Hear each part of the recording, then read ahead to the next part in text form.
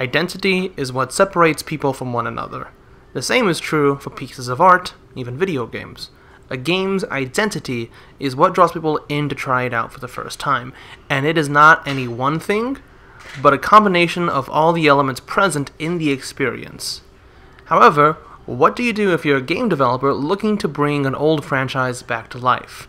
Particularly when that franchise offered an experience like no other.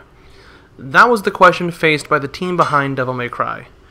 10 full years had passed between the release of the last mainline DMC and the announcement of 5. And in those 10 years, DMC had remained the top dog of the very genre it started, the character action genre. Since 4, many games in that genre have been released, but none of them have seen the constant fan attention that DMC got. So any new game in the franchise was gonna have a difficult job, and when faced with such a task, there are two options. You can either play it safe, or go in a bold new direction, and DMC5 chose to do the latter.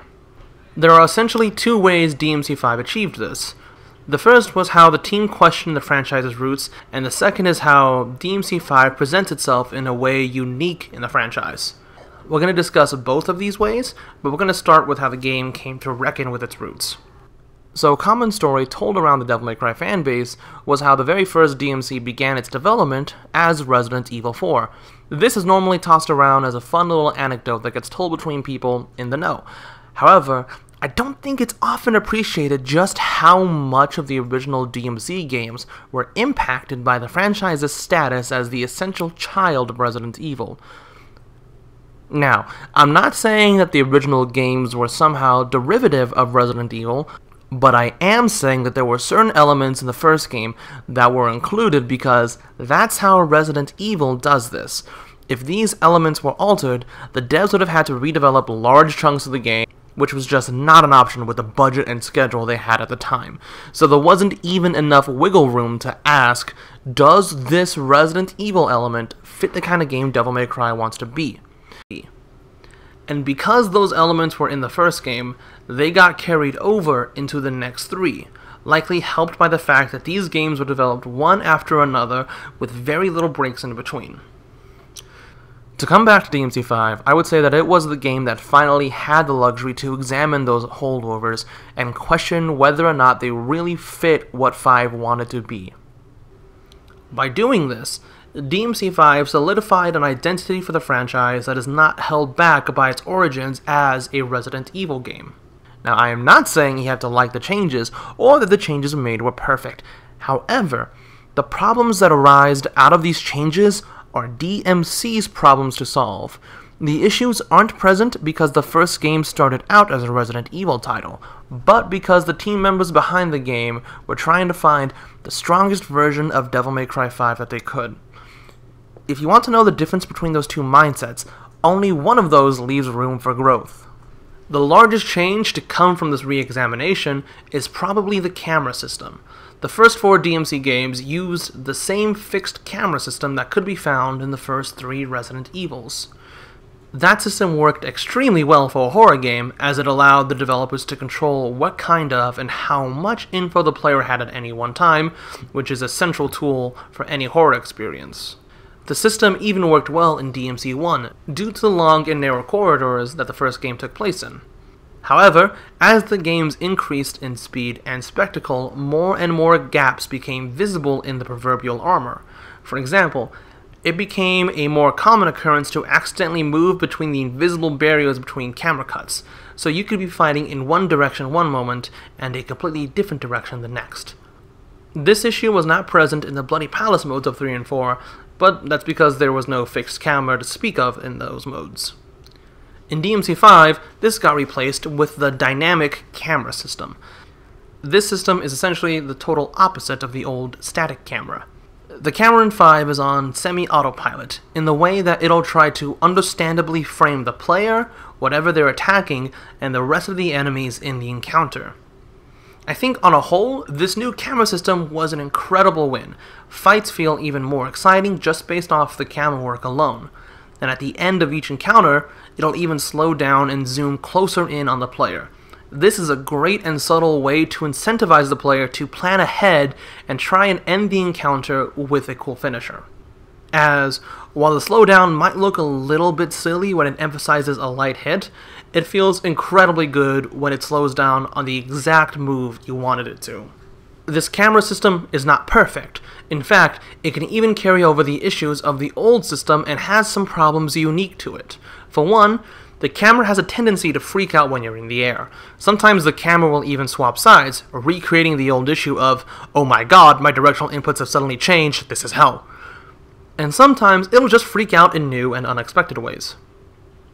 Additionally, this camera is carried into Bloody Palace, and as such, so are its problems. This is in contrast to the camera in 4's Bloody Palace. While it didn't do the cool shit 5's camera did, it was consistent, which is one of the most important things in any game camera. The team did have the foresight to only have the camera slowdown feature enabled on certain more difficult floors, but it does expose how that particular feature may not be suited to fights in quick succession. The dynamic camera in 5 may be flawed, but I really hope that they improve on it for future games, as it can bring a unique style and flair to Devil May Cry. The next feature that got re-examined were the interconnected levels from the castle in DMC1 and the tower in 3. In an interview, Hideaki Itsuno said that the team was adamant about minimizing backtracking in 5 as a direct response to the state DMC4 released in. That is not to say that interconnected levels were completely cut out, they just had to take on a different form. Unlike the previous games, DMC5's levels don't have you go through previous areas, so the player is always progressing towards the narrative goal in a one-way fashion. However, specific missions will have you play as certain characters, and at certain points, multiple missions can be taking place at the same time. This means that during those missions, the player will see the places they've been to before in the distance, and will even see the previous character fighting the same fight they did in that mission. So while levels may not be functionally interconnected, they are visually interconnected. Now personally, I'm a little more mixed on this change. While I did find it very cool to see places I've been to as other characters, I can't deny that I absolutely loved intimately exploring the locations of DMC1 and 3. I think 4 was just unfortunate and left a bad taste in both the audience and developer's mouth. I can recall a good number of rooms both in 3 and 1, and I can even do the same with 5's environments. However, I wonder if that'll be true in 10 years as well. I'll put it like this. When the next DMC is announced, I wouldn't be sad if the level design is in the same vein as 5, but I would also be excited to see DMC6 return to the more dense levels of DMC3 and 1. Now, one convention that 5 questioned, but strengthened, were the horror elements. DMC was never really a horror game, but the horror elements were core to what made the whole experience work, on an aesthetic, mechanical, and character level. Let me elaborate. Dante is a quippy and skilled character, but the enemies are what make those traits work. The reason is catharsis, and this works on a loop. When faced with a horrific monster that takes itself extremely seriously, there is something supremely satisfying about watching a character just casually clown on them. And then the player kicks the crap out of that enemy, and this can go in one of two ways. Either the player will absolutely destroy the demon with ease, or will barely scrape by. Regardless, the further clowning in the next cutscene will feel great to the player. Additionally, this even works on enemies with no cutscenes, just in gameplay, because it just feels incredibly good to crank out a 30-hit combo against a horror monster. DMC5 realized this and brought the horror designs to an 11. The game has the most terrifying monsters since DMC1. The Impusa are genuinely terrifying, the insect motif to many demons is straight disgusting, and the demons feel like they're holding instruments of murder rather than a weapon. The environments too have a great horror vibe to them, thanks to Shinji Mikami heading the environment team. You may remember him from directing Resident Evil 1 and the Evil Within games. If I had any criticism of this, it'd be that the team should push the horror even further. The more horrific the monsters are, the better the whole experience is going to feel. Now that covers the first half of this graph, but what about the second? DMC5's funky fresh feel was not born solely out of questioning its father, but also the fact that it presents itself in a way unique to the rest of the franchise. It wouldn't be controversial to say that DMCs 1 through 4 were largely defined by Dante's character, particularly the music. From Dante's very first battle theme to Shall Never Surrender, DMC was bathed in a love for rock. On the other hand, DMC5's musical stylings are defined by Nero's character. The tracks go hard and they are filled to the brim with techno instruments to mirror Nero's own attitude and technologically focused toolset. We went from the guitar-heavy tracks of this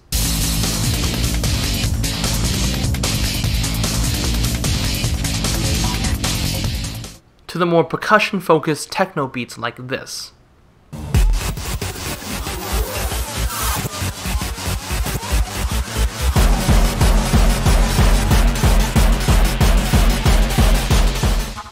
By tying the music so closely to the protagonist's aesthetics and personality, the music in DMC5 manages to emphasize that this is the era of Nero. Now, your mileage on this change will likely depend on how you feel about the types of genres in 5, but it's hard to imagine future games without this musical identity, particularly if they involve Nero as the protagonist. Personally, I generally love this change, but I wish the tracks felt a little bit less safe.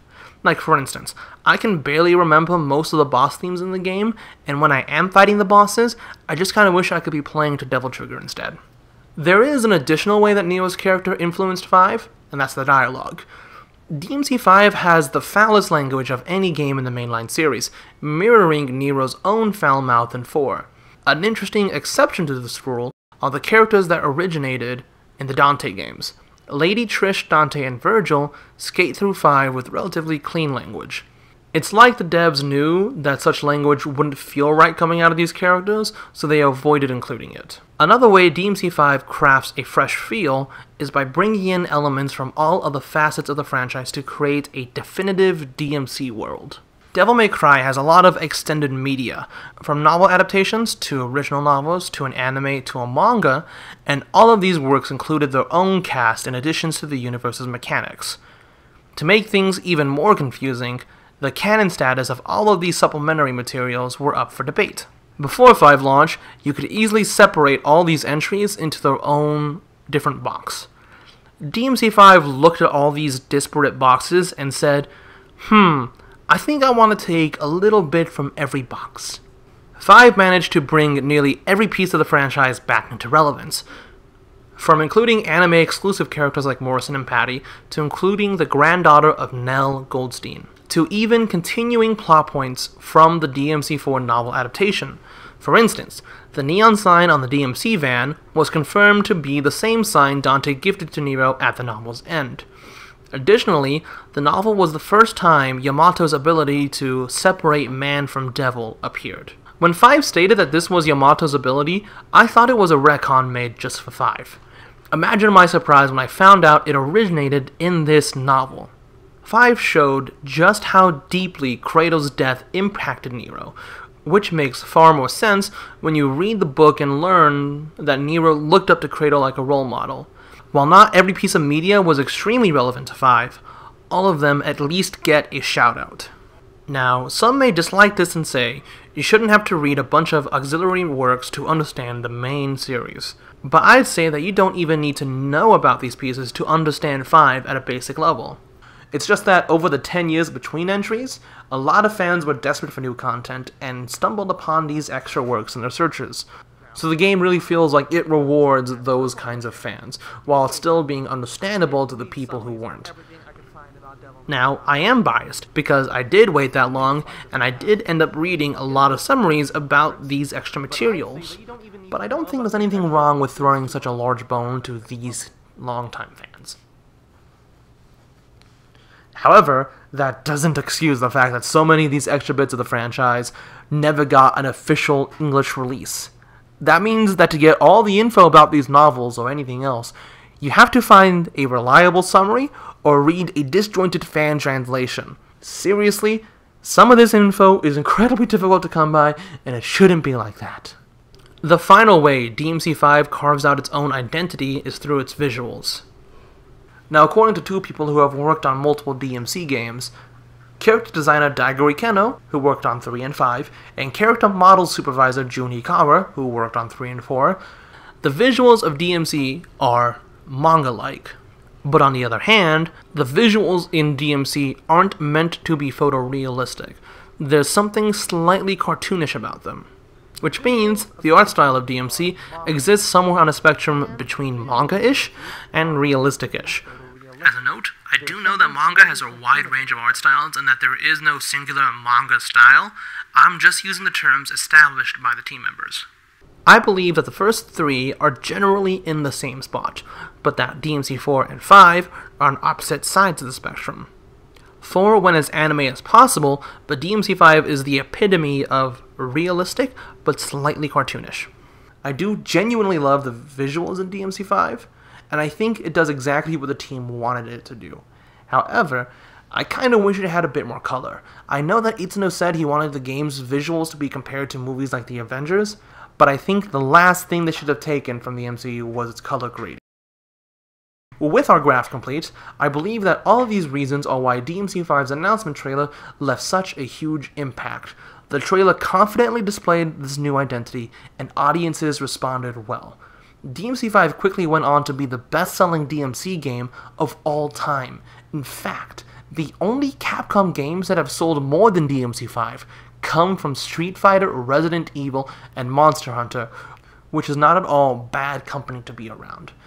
If there's anything we can take from this, it's the importance of re-examining the themes we take for granted in our media, as the only time art will ever really grow is when it questions its origins. And I am genuinely excited to see how future games will expand on the identity so clearly established in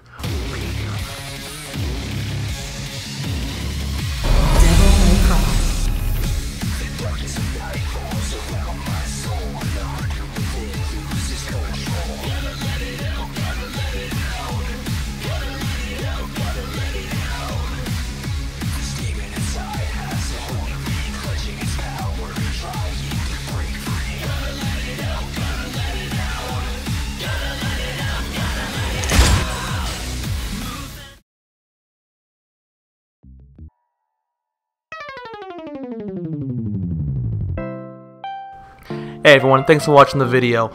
I just had an urge to make something about Devil May Cry, so I made this.